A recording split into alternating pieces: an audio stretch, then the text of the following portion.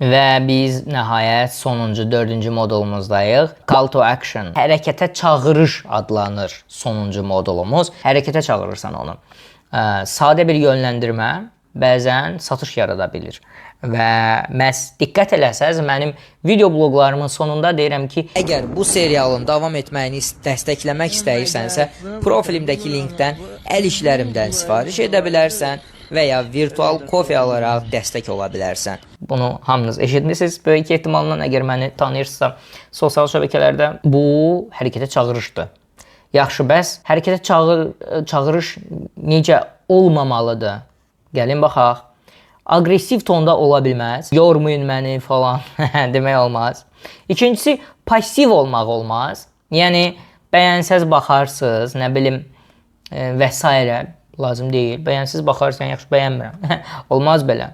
Biraz qətiyyətli, amma bayaq dediyim kimi aqressiv yox. Və əlbəttə ki, uzun izahla olmamalıdır. Girərsiniz ora, falan şey eləyərsiniz, falan yerə bas, oradan ora gir, buradan buraya. Yox. Çox sadə olmalıdır. Yəni, bu 3 dəfə etmək lazım deyil.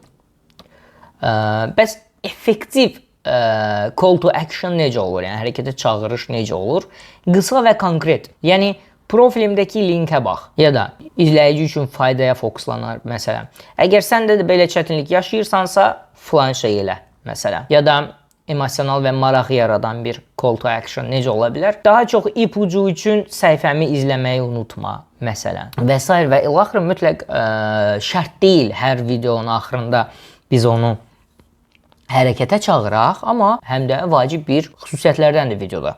Biz dedik 3 mərhələsi var. Video strategiyanın, yəni satış gətirən video strategiyanın 3 mərhələsi var. Bu əsasən 3-cü mərhələdə çox işə yarayan bir şeydir, addımdır və bunu eləmək lazımdır. Yoxsa izləyiciyə yəni satışı hardan etməli olduğunu bilməyəcək. Daha doğrusu alışı. Ona görə yönləndirmək lazımdır.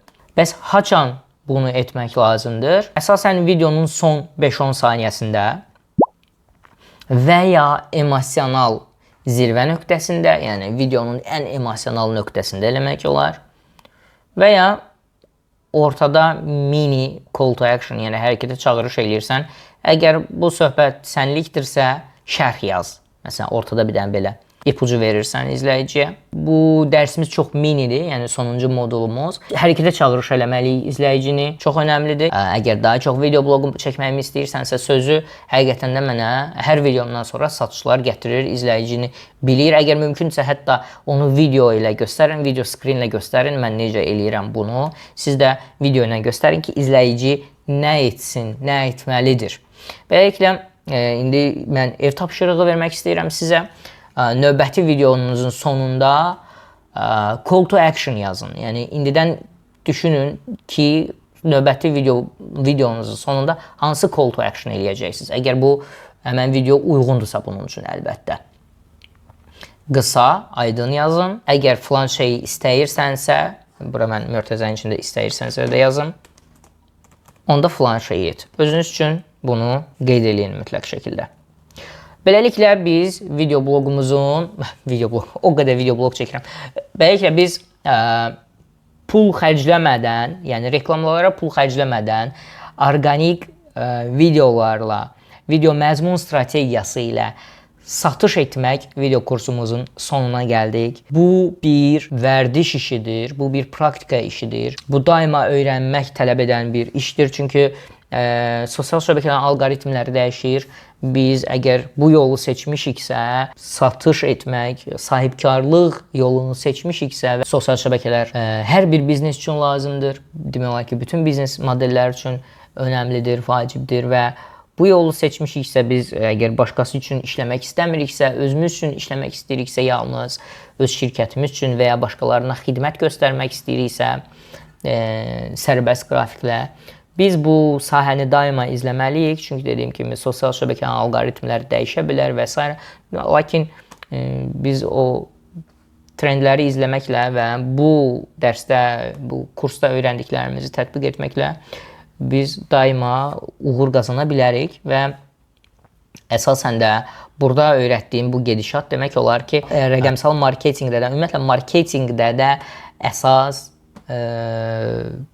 alətlərdən biridir. Yəni müştəri ilə ilkin, ikinci və üçüncü təmas haqqında bu kursda bəhs olundu və hər təmasda hansı formada biz onun qarşısına çıxmalıyıq. Bunlar elə marketinqin əsaslarında da var. Yəni burada öyrəndiyiniz elə belə bir bilik deyil, təkcə sosial şəbəkə üçün lazım olan bir şey deyil həm də.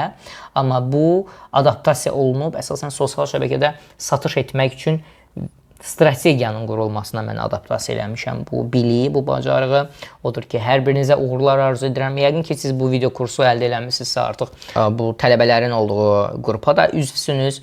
Yazın, paylaşın, bölüşün. Mən fürsət olduqca mütləq bu mesajlara baxacağam, cavablayacağam, müzakirələrdə iştirak eləyəcəm və əgər bu kursun hətta ikinci və ya üçüncü paketindən almısınızsa artıq mənimlə birbaşa təmasda, ünsiyyətdə olmaq fürsətiniz də var.